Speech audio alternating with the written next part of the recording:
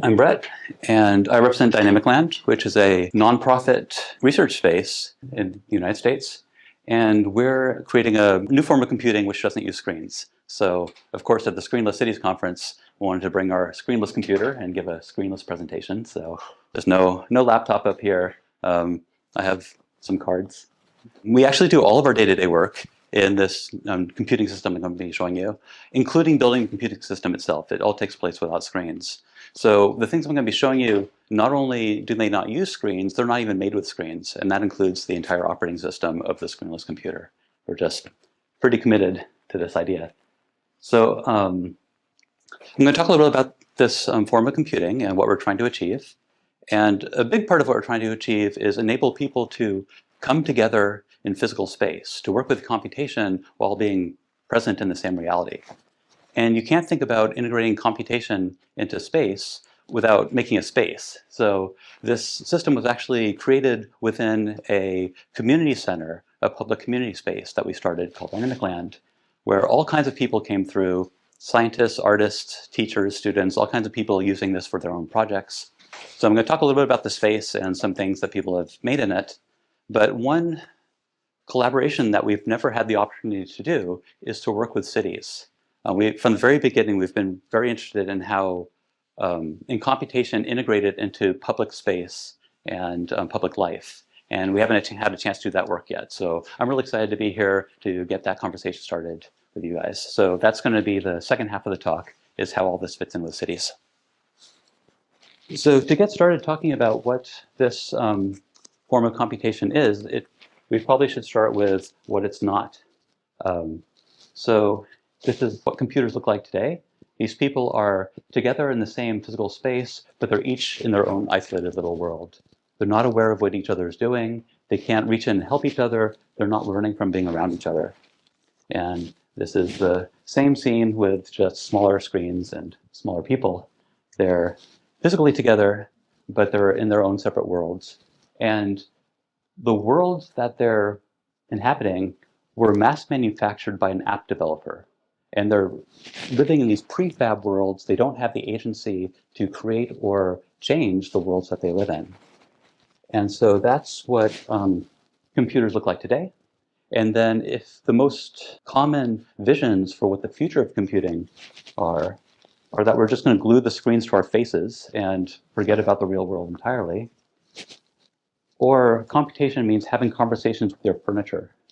So we just don't have to see anything, we don't touch anything, we essentially regress to an oral culture. And we don't find these visions very inspiring. So the scenes that motivate the kind of computing that we're creating look more like this. So these are also people together in a shared space. They're working on a shared activity. They're each doing a different part of the activity, but they're all aware of what each other's doing. They can use their hands to help each other out. They're learning from each other just by working on this activity together and having conversations about it. And so this is a communal environment, and we want to create a form of computing which looks basically exactly like this picture. We call this communal computing. And an essential part of that is being present in a physical space, working with physical materials, using physical tools. Because the real world is a shared environment that we can all agree upon, and it's ground truth. And there's just so many things you can do with physical materials that you can't do with pixel on a screen. And you don't have to code up a big simulation to manipulate these computational objects if the computational objects are just real things you can work with your hands. And so a big part of this is taking advantage of the properties of the physical world to eliminate as much code as possible. And then the third scene I'll put up, these people are playing a board game. And the way that a board game works is you learn the rules, and we all play the game according to the rules until we decide we don't like a rule. And then we say, let's play the game differently. Or maybe let's use these pieces for a different task, or let's make up our own game. So in the real world, you have the freedom and flexibility to change the rules of the game. And that's because the rules are socially agreed upon practices. And this is completely different than a computer game, which you download from a developer. It's essentially download an entire universe with some fixed rules. You have to play within the rules that the developer has provided. And so the three main ideas here is a communal environment, people actually together, learning from each other, working with physical materials and physical tools to eliminate as much simulation code as possible, and pushing as much into agreed upon social practices rather than code. And then for the code that remains, you need to be able to change the rules of the game. So that means, in computation terms, anyone can reprogram anything at any time. So that's, I guess, a little bit of what we're trying to get to. And I'll show, like I said, we developed this form of computing within a community space that we started. And I'll show some scenes of that. The main thing is just to kind of look at the way that people are relating to each other. So there's these tables where people are gathering around, they're looking at each other in the eye, they're all kind of getting their hands on things. There's physical crafting materials, there's paper and tape and scissors. What's maybe harder to appreciate here is that this is all computers. So all of these are computational activities. Everything that people are doing on these tables are computational activities, but there's no screens here. It's just computation on the table, it's on the walls. In a little bit, you're going to see some computation on the floor. So they're hanging out on the floor doing computational activities. And in a bit, I'll go into like what exactly these things are. The main thing to pay attention to right now is just the posture that people have towards each other. He's showing a sound synthesis toolkit here on this table. It's made of these little pieces of paper. Everyone is kind of gathering around and looking at it. Everyone's putting their hands in there, trying it out. This is a molecular biology simulation, a recombinant DNA simulation that's just on the table, and they're having a conversation about it. So they're talking about it, they're pointed to things that are on the table, they're looking at each other in the eye, they're actually present in the same space, but they're engaging with a computational model. And here, these people are at a workshop where they're going to tell family histories, essentially. They have digital photos and videos about their ancestors, and there's a digital map, and they're going to kind of show the path of their ancestors in pictures and tell stories about them. They're learning how to do this activity just on the lunch table. Like there's the plate from lunch, and these are the physical objects that they're going to be using. So people gathered together, learning together. This is a visualization or a data set containing population and demographic data for different countries over different times. What these people at this table, they want to have a conversation about global economics, and they're able to do it in a way where they can put data on the table and explore that data together as they have their conversation. So there's room to spread out, put lots of things on the table. All the things on the table all see each other. They're all part of the same activity. So it's really easy to make activities that span an entire table, that span an entire room, an entire building. And one funny thing that happens in this environment is collaborations happen spontaneously. So Isaac here was working on a project. Some of his friends came by and said, "What are you working on?" You can just show it to them right there on the table. And then what's going to happen is they're going to sit down with him and start working together. And that happens all the time because everything is out and visible. People walk by, they sit down with you, they start working together. These social dynamics never happen in an office filled with screens, like ever. This is kind of a completely different, the social dynamics are completely different here. These are adorable children because you have to show adorable children. Low barrier to entry. Children start out playing with things that are lying around, and then they want to change them. They start changing the program, and they essentially start making their own projects right from the start. So I've been showing you this presentation so far. You might have noticed with these cards. This is just how I decided I wanted to do this. Was I have these cards here which have photos and videos on them, and I've just been kind of putting down cards to show them on the big screen. And the way that works is I have this thing right here. This is a computer program. Basically, everything that's on the desk is a computer program. This is a little computer program that says show last media card. And so if you read this piece of paper, it says almost literally, like when you're on a table and there's cards on the table, look for the card that's at the bottom right and show that on the big screen. And right now, the one that's at the bottom right is a special card that says show camera. So instead of showing its own photo or video, it's like showing what's coming from the camera feed, so you can see what's going on here. But yeah, whatever's at the bottom right is what shows on the camera. And so this is my presentation software. It's 25 lines of code. Microsoft PowerPoint is maybe 20 million lines of code. You don't need it. And you don't need a giant tech company to make it. Anybody can learn how to make this for themselves. In fact, I'll make one right now. So just to show you really quickly how programs are made, I have a blank sheet of paper here. And someday we want to actually be able to handwrite the programs onto the paper, but right now I have a keyboard, and I just kind of point the keyboard at the paper. If I'm not pointing the keyboard at the paper, then if I type, letters just kind of go off into space. But I want them to go into this piece of paper. And I'm going to type a little program here. Basically, I'm going to tell this piece of paper what to do. I'm going to tell the paper when you point up at an object. So basically, when an object is above you, that object should be highlighted, say green.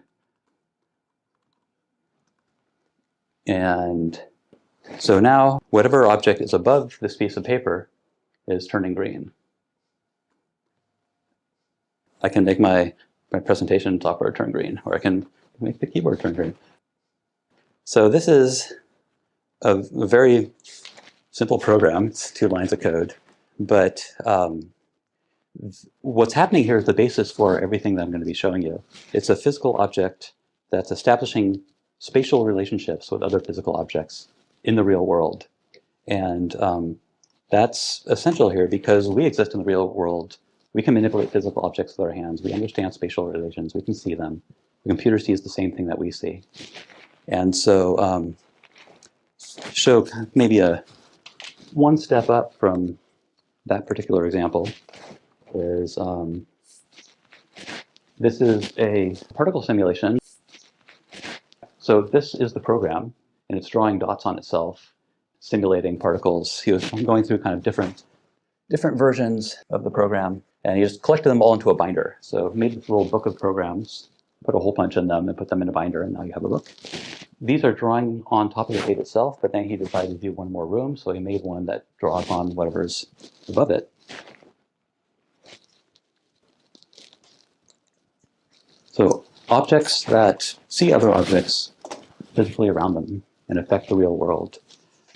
And it's really easy to make books. So here's a video album from a class field trip to the space. And you just stuck in the binder, flip the pages, you have the videos on the pages.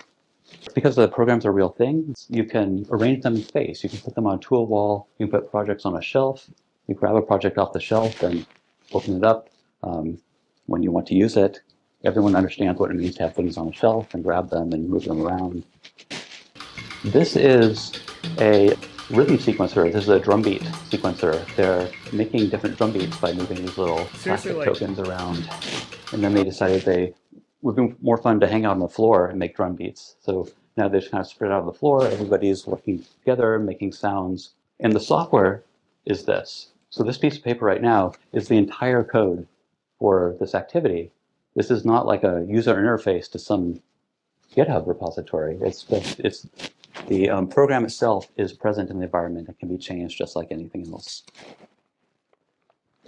Working with physical materials means that you can use physical scale models.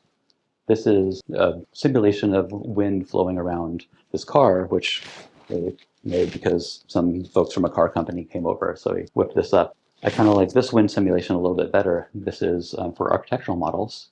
So that page simulates the wind, and that page finds the buildings on the table. And so as I put buildings into the scene, you can see the wind flowing around them. So working with real physical objects that you can hold in your hand that exist in situations that we understand in the real world. They don't have to be small. These are some bioscientists, and this is a model of a DNA helix. This is showing where the bases are in the DNA tube. And this is a model that's life-size, right? You can walk up to it and understand a DNA helix at the scale of your own body. For a smaller scale, these are also DNA helices, and by moving them around in space, we're actually adjusting this 3D rendering here. So you can see scale models on the table, but then also understand them in three-dimensional space. So scale models at human scale, at putting them on the table for hand scale. We put things on the wall.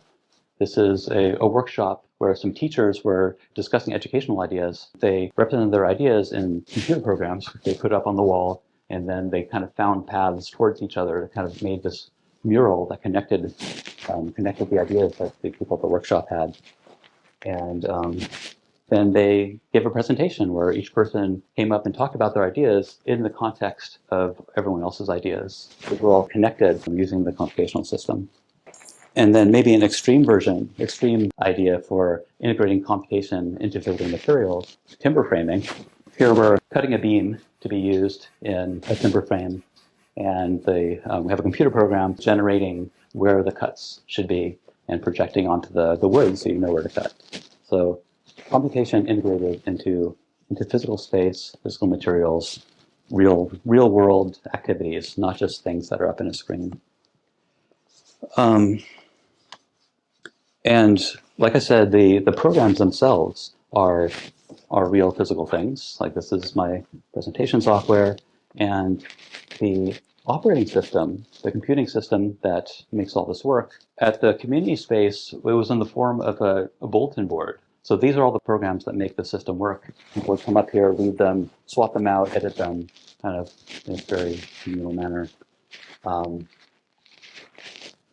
later version tried to be more of a poster gallery. So each one of these posters is a subsystem that, again, everybody can see and can change at any time. And because I had to fly here, I have the travel version of our operating system, which is in this binder. So I also have some tools and stuff in this binder in these little pockets. But yeah, basically, every line of code that we've written it physically exists. It's a place where you can get to it with your hands, put it on the table, change it, gather around with other people, talk about it. It's not hidden away in some screen or some directory. And maybe the last thing I'll show before we get on to cities is the community space that we were running closed down for COVID. And so we started moving into a collaboration with scientists to go really deep on one particular topic. I'm not going to go into too much detail about that, but scientists generally, everyone works inside their own screen, and they're not aware of what anybody else is doing, and they can't really work together very well. And so here are some examples of editing proteins on the table, modifying and splicing proteins, and looking at what the experimental data will look like, pinning up programs that analyze microscope data, and then, of course, integrating computation into the wet lab. So working with test tubes and physical materials. Because if we want to integrate computation into timber frames, we also want to integrate it into actual biological materials, enable the scientists to actually see what they're working on. That's maybe enough of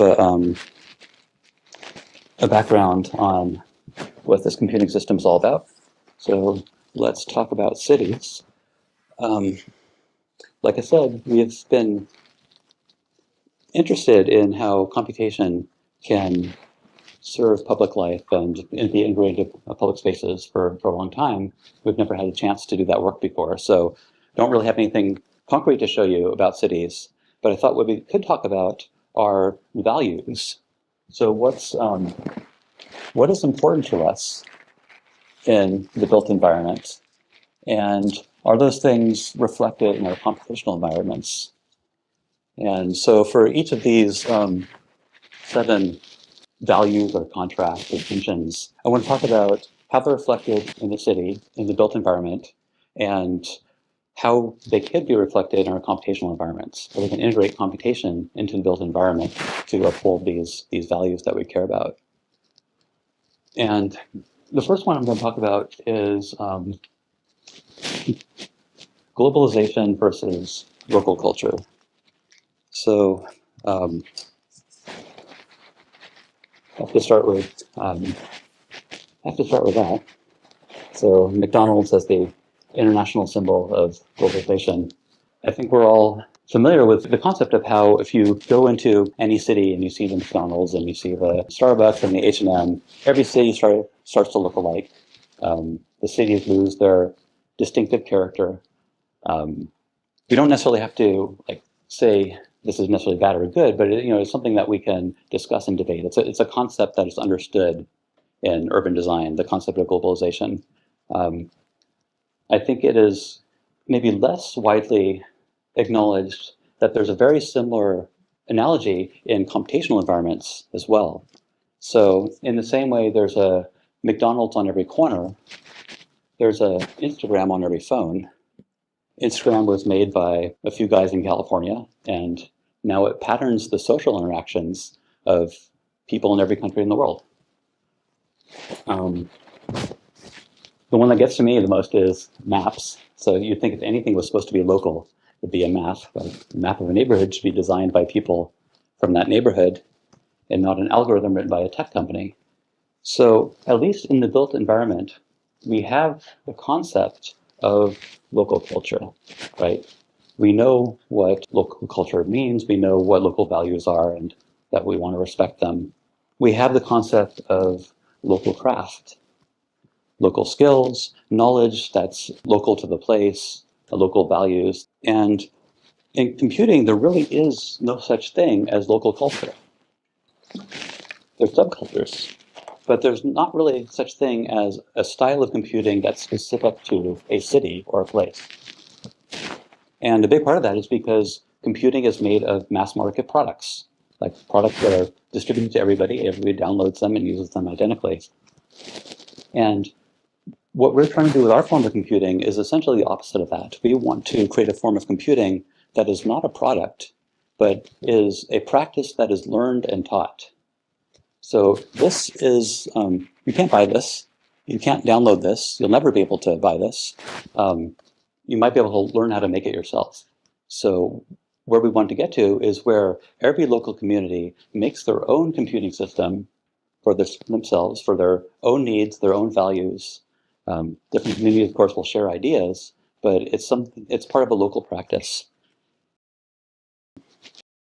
We've got a ways to go before that's practical, but I'll show you an example. These are the bioscientists that want to start using communal computing. We brought them to a workshop where the first thing that they had to do is they had to build the computer themselves from scratch. They had to learn how to, in this case, of putting together the lampposts that are going to hold the projectors. And then they build their hardware, and they have to build their own software tools. They borrow our software tools in order to make their own software tools, and then after that, they can use their own tools. So just an example of how we don't want this to be something that you download and use, but something that is learned and taught, and every community can make it for themselves. So as we think about integrating computation in the built environment, we can ask, is there a form of computation which represents local values, local skills, is developed and maintained locally, or are you just like downloading an app from Google? The second set of values I'm going to put up is pretty closely related to that. That's this tension between central planning and participatory design, top-down versus bottom-up. This is Robert Moses, who was known as the master builder of New York. He took a high modernist, Haussmann-like style in the early 1900s, essentially remaking the entire city, putting freeways here, and bridges here, and parks here, and demolishing housing there. And at the time, he was kind of seen as a hero. Nowadays, he's mostly looked back as a villain. Here's Brasilia, which is maybe the symbol of a centrally planned city, which looks great from the airplane and maybe doesn't work so well for people on the ground. And so, again, in the urban design discourse, we have the concept of central planning. We can discuss that, we can debate that. That's a known concept. What's maybe less recognized is that most people spend their entire day in a different kind of centrally planned environment. It looks like that. There's no bottom-up participatory design or democratic governance in Google Docs. that is designed by a committee at a tech company, and you accept it as it is, and you live in that world. If you don't like that city, maybe you move to a different city, but it's exactly the same. It's all the same stuff. So at least in the built environment, we have a concept of democracy, of democratic design, of democratic governments. We have a concept of participatory planning, participatory design. And as you've seen, most of the activities in the computing system that we've made look a lot like these pictures, right? It's people gathered around the same space, working on something together. And so we're interested in how can computing support bottom-up participatory practices within a city, within the built environment. And one way that might be is by using computation to support communities coming together to discuss and debate issues that are important to that community. The next set of values is isolating versus communal. So here are some houses. They're on the same block, but it's likely that the people who live in these houses don't know their neighbors, because all life either takes place inside the house or they get in the car and they go somewhere else. And there's an exactly analogous picture to this in computation, which is this. These people don't know their neighbors. They're each in their own separate world. They're not engaging with the people around them. And the people here and the people here might be very social people, but the technology is structured in such a way that it's inherently isolating, that it inherently pulls them apart. And so we can contrast that with an environment such as this. This is New Harbor in Copenhagen. This is a different approach to housing. Here, the environment is built so that people are always coming in contact with each other. So people are together, they're always seeing each other, they're naturally being brought into the same place where they can interact. And as I've been showing here, that's exactly the same ethos that we've been designing our computational system around, a form of computation where people are naturally brought together and working together in the same space. You don't have to be. Like, if you want to work by yourself, you can just go off in a corner and work by yourself. But the technology is structured such that it naturally brings people together rather than naturally isolating them. So as we think about integrating computation into public spaces, the purpose of public space is to bring people together. You don't want to pair that with a form of computation that pulls people apart. You want the computation to also support people coming together in the space. The next value is private property versus public space. So on the left, you spend your day in the privately owned office building, which you get to in your privately owned vehicle. On the right, you spend your day on this privately owned computing platform, which you get to on your privately owned device. What's funny is in both these cases, the roads are public, right? The streets are public and the internet is public infrastructure, but you don't spend any time on the street. You spend all of your time on private property. And Twitter might feel like a public square, but it's privately owned, and you find that out when the owner starts asserting his ownership. So at least in the built environment, we have a concept of public property. This is Oakland, California, near where I live. The yellow regions here are public. The yellow regions are owned by the city. You can see it's mostly private property, but the yellow parts are all of the parks, all of the libraries, all of the schools. There's a bunch of public housing here. And of course, the squares and plazas are all public spaces that belong to the people. And so I think it's a really interesting question of what is computational public space? And we believe that in order to have computational public space, you need computation in space. As long as all the computation is within a private device, you'll never get it. You'll never get there. So, and like I said, we were operating our community space, trying to move into the direction of a kind of public library, public discussion forum, where people from the local community would come together to discuss things that mattered to the community. but that's just one building. So if you want to think about integrating computation into all of public space, what does that mean? We think that it should be a public form of computation, right? You shouldn't be downloading a private app from a private vendor and installing that in public space. So how can we make public space with computation that is actually belongs to the public?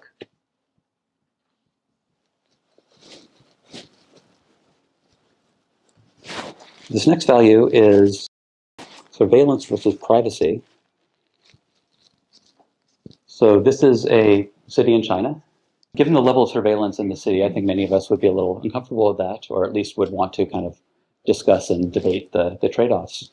But the thing is, the amount of surveillance you're getting here in the urban environment is actually nothing compared to how much you're getting in your computational environment. Everything you do online is recorded and tracked and sold back to advertisers, and that's Google's entire business model.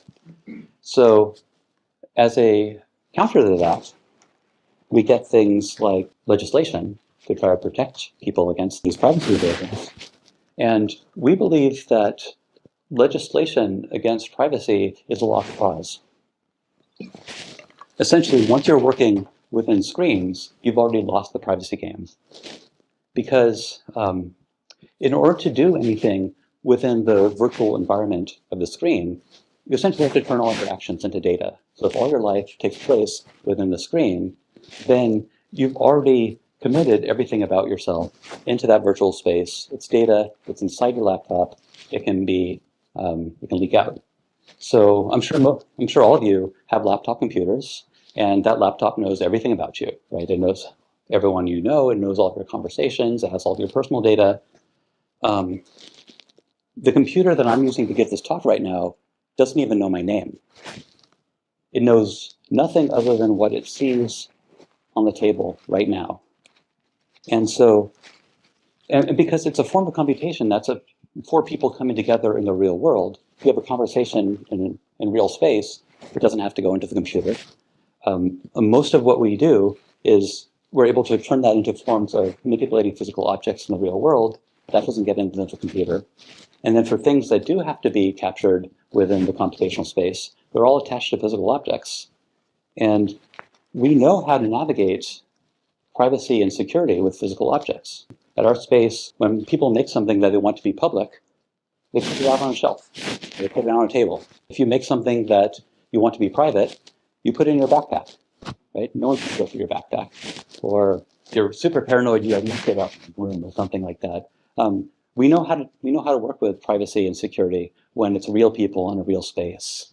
If someone's being really annoying, you can just kick them out of the space, right? We have social norms around that, and so privacy and security becomes so much easier when you don't collect any of that data in the first place, and you just work with the social norms. So as we think about integrating computation into public space, that's immediately a huge privacy concern. And we want to think about is the form of computation that minimizes how much information, how much digital information exists. And I'll just say that most current forms of AI are about maximizing the amount of information that you collect. This form of computation is about minimizing the amount of information that you collect. And so that has pretty severe privacy implications.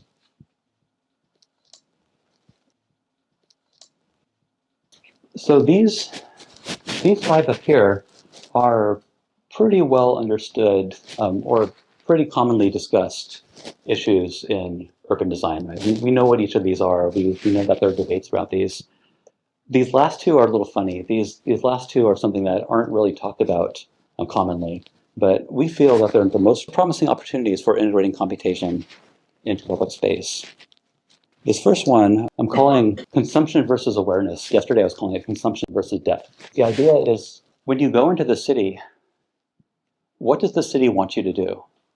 Right? Because you go into the city, there's shops, there's restaurants, there's parks, there's theaters. You shop, you eat, you talk, you entertain yourself.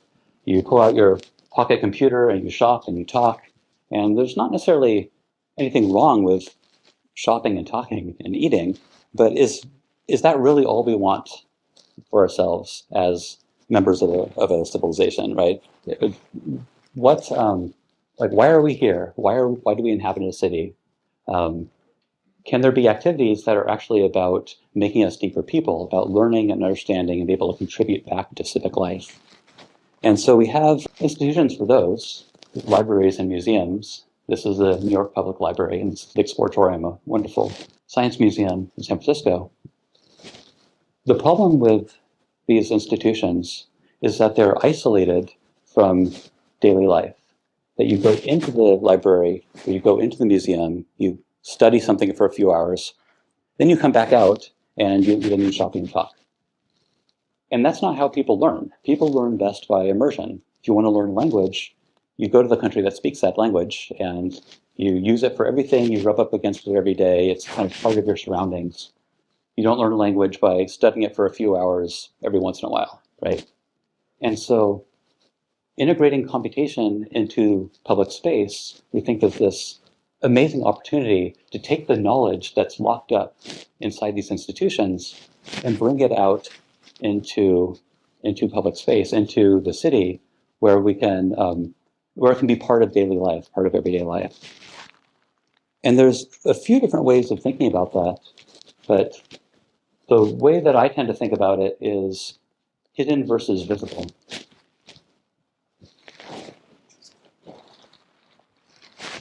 So there's many ways in which a city is a black box.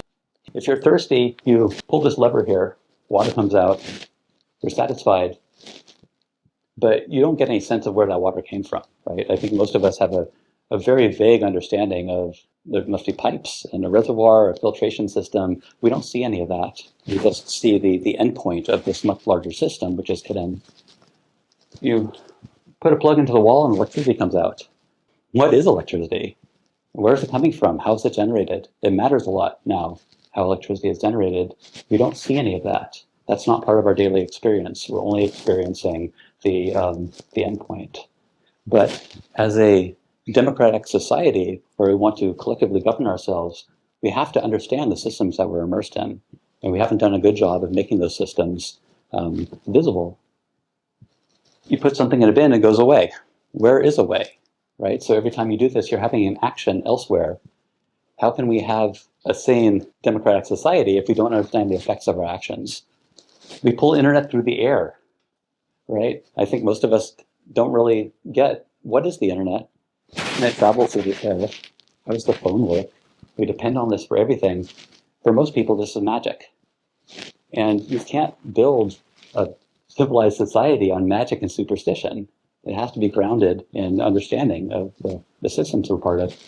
How can the systems work? I think this is actually a really interesting starting point because we've already built the spaces. The subway stations as spaces already exist. And right now they're just devoted to like sitting around and waiting and eating from the vending machine. But those spaces could essentially be immersive information spaces for actually understanding the transit system and understanding the effects of it. When you buy something, you are part of a global supply chain. Basically, every person on Earth is part of a global economy, which we're plugging into every time you buy something. And you can't see any of that. You cannot see the global supply chain. You cannot see the effects that you're having. You only see this endpoint. But we think computation in the built environment could actually provide a view into this much deeper thing. You pay taxes. Where do those taxes go? What are they used for? Again, you can look this stuff up. You can go into the library or go online, but that doesn't stick with you. You read about something, but then you go out into the world, it's not actually reflected in your daily experience in the world. Quality of service throughout a city. Are there different parts of the city that get different quality of service? Are there different parts of the city that are wealthier? Are those correlated? Maybe we care about that. This is something that we can understand anecdotally, but we can't understand systemically because it's not something we experience out of the system. And then finally, of course, every action we take is releasing greenhouse gases, which are having a literally catastrophic effect, and we can't see any of that. So we think there's this, again, enormous opportunity to use computation in public space to start to get to the visibility of these systems, perhaps even starting with the touch points that we have with them, that when you pull the lever to get water, maybe that's your entryway to start understanding the water system. When you plug in to your electricity, that's your entry point to start understanding the electrical grid. I already talked about subways as kind of a very low-hanging fruit for that. I don't know exactly what that's going to look like, but I think it's going to require integrating powerful interactive visualizations and computation into public space. Our brains haven't changed 100,000 years, but we've built this very complex society around ourselves, and we've decided that we want to collectively govern it, and we can't do that if we can't see or understand how any of this works. So, to summarize, I think as we're thinking about integrating computation into public space, there's a number of really interesting questions here. One is that, can it be locally grown computational systems? Does it have to continue to propagate the idea of mass market products and the tech company determining whatever it does? Or can we have a form of computation which is built and maintained and understood by people in the local community? How can computation in public spaces support participatory, bottom-up collective decision-making? If we want public spaces to bring people together, can we have a form of computation which is also about bringing people together and not about isolating people? What is computational public space? Is it appropriate to use private products from private vendors to support a public space? How do we integrate computation into public spaces without enormous, huge privacy violations? Can we use the form of computation that just doesn't care about any data in the first place? Can computation in public space be used to give us insight and awareness to these vast invisible systems that we live in and are responsible for? And can we do that by making these invisible systems visible, allowing us to be able to see them and grapple with them and discuss them as we go about our daily lives? Thank you.